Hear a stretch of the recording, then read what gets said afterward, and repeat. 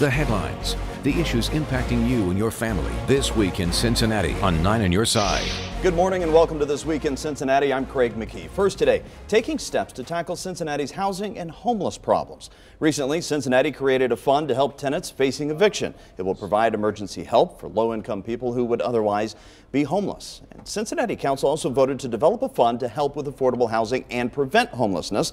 Once funded, it would include everything from buying property, new construction, and running the program as well. Joining us now to talk a little bit more about this, we have Councilmember Landsman and also WCPO reporter Lucy May, who covers community issues here. Thank you both for being here. It's great to be here. So when we talk about affordable housing in this community, and you look at the approximate number of 30,000 affordable units, that's what we're lacking. Right. How do you, that's a major hurdle. How do you build 30,000 affordable home units? So we want to make Cincinnati one of the best places in the world for children and families, and part of that is tackling this housing issue because it's becoming increasingly difficult for folks to find affordable housing in the city of Cincinnati, in part because incomes are stagnant. Right, people are working just as hard, but they're not making as much. And because we've seen so much development, which is a great thing, sure. Property values are going up, rent's going up, and so we have this crisis, if you will. And so part of it is saying we got to get on the front end of it, and help keep people in their homes, and that's what the emergency eviction fund is for. Is to say, look, if you have an emergency situation, you've lost some hours, your car breaks down, you can't make rent.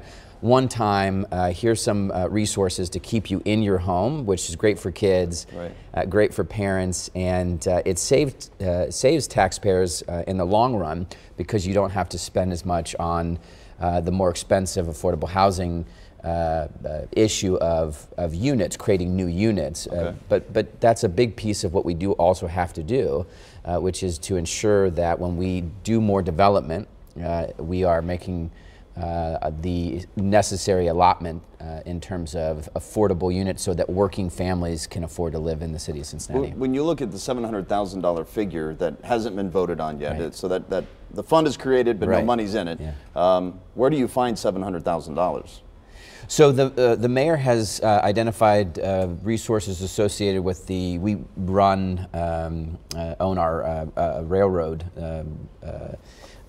and that produces some revenue every year. We never know how much, and it's a commitment across folks at City Hall, whether it's Republicans or Democrats, the council and mayor. Right. And so about $700,000 will go into the fund, but it's insufficient. I mean, it's a great start, but insufficient in terms of really closing that gap. There are some other proposals for different types of funding streams too, aren't there? I don't know if you can talk a little bit about those. Sure. So we want to see the eviction prevention work sort of permanentized in the budget. This is a pilot to show that this can really work to keep more people in their homes so that we have less of an affordable housing crisis.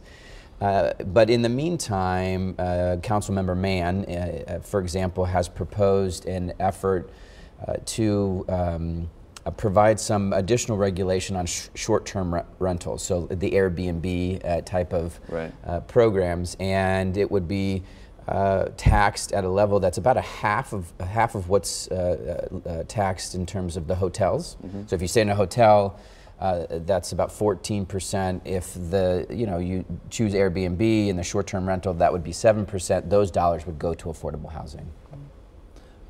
Some people might suggest, and we get a lot of feedback here, obviously, as a news agency when we do certain stories, we do get that pushback that says, government shouldn't be handing out, free money, basically, and people should just learn how to live on their own and keep their job and, et cetera, work multiple jobs. We hear comments like that on my hotline. Kind of harsh statements, but where do you find that balance as a leader in the community and city council? Where do you find that balance to say, listen, we can give you a little bit of a handout to help you stay in your home, right. But where's that balance where you say, listen, we can't support you though? Right. I like that you use the word balance because I think that's what it comes down to. We are seeing real growth in the city of Cincinnati, people wanting to invest and build things here, and we provide subsidies for that. We say if you want to invest in Cincinnati, that's great. We'll provide tax breaks and other supports, and so I think when we do that, we also have to be mindful that it can price people out of their neighborhoods. And so I think we have to be balanced in making sure that we're both attracting investments and making sure that people can still live in the city of Cincinnati, raise a family here. The second thing I'd say is that it's really critical for kids. And that's my passion, is making Cincinnati an infinitely better place for children. And if a child is able to stay in their home, and they're not moving around, especially in and out of shelters, that they have real stability in terms of housing, you'll see much better outcomes for that child. And that's really important for all of us in terms of the future workforce and saving dollars long term, because that child's successful as opposed to the alternative. Yeah, I think I've heard a lot of advocates talk about how you know, there's a lot of investment that goes to corporations and big developers, and the public doesn't view that as a handout. But when we're investing in affordable housing, the community is, they sometimes view it that way. And there's also the mortgage tax credit that a lot of homeowners get. That is a bigger subsidy that the federal government provides than the subsidy that they put into subsidized housing. So a lot of advocates look at that balance, like you were saying. The reason I think the eviction prevention work is so important is, one is it decreases dramatically this mobility rate for children, which is really problematic for them. It's also a lot less expensive.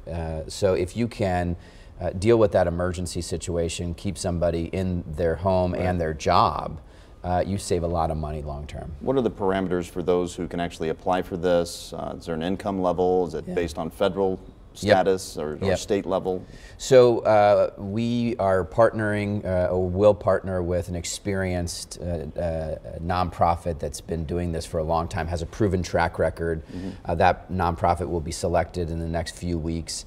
And the income level is about 200% of poverty, which you know, says, look, if you need in a one-time situation emergency assistance to keep you and your children in stable housing, we want to make sure we can help. Is there another component to this? Because it's one thing to write a check and say, listen, we have you covered this month, but is there another component that will say, all right, let's take a look at your living situation. What is your employment status? What other programs can we then maybe put into play to make sure this person doesn't have to come back to the pool, so to speak? Yeah, this is why we wanted an experienced partner, because we didn't want the city to run this program. We wanted somebody who has experience not just with emergency assistance, but all those wraparound services. And so that's what we'll select in a partner, not just somebody who can be very responsible with these dollars and make sure they help families, but also provide those other supports to ensure that that person is ultimately, you know, on a successful path. Give them a hand up. Yeah, instead of a handout. All right. Councilmember Greg Landsman, thank you so much for giving us the latest update. Of course, Lucy May, you can read her latest stories on WCPO.com on this topic and many other topics here in our community. All right.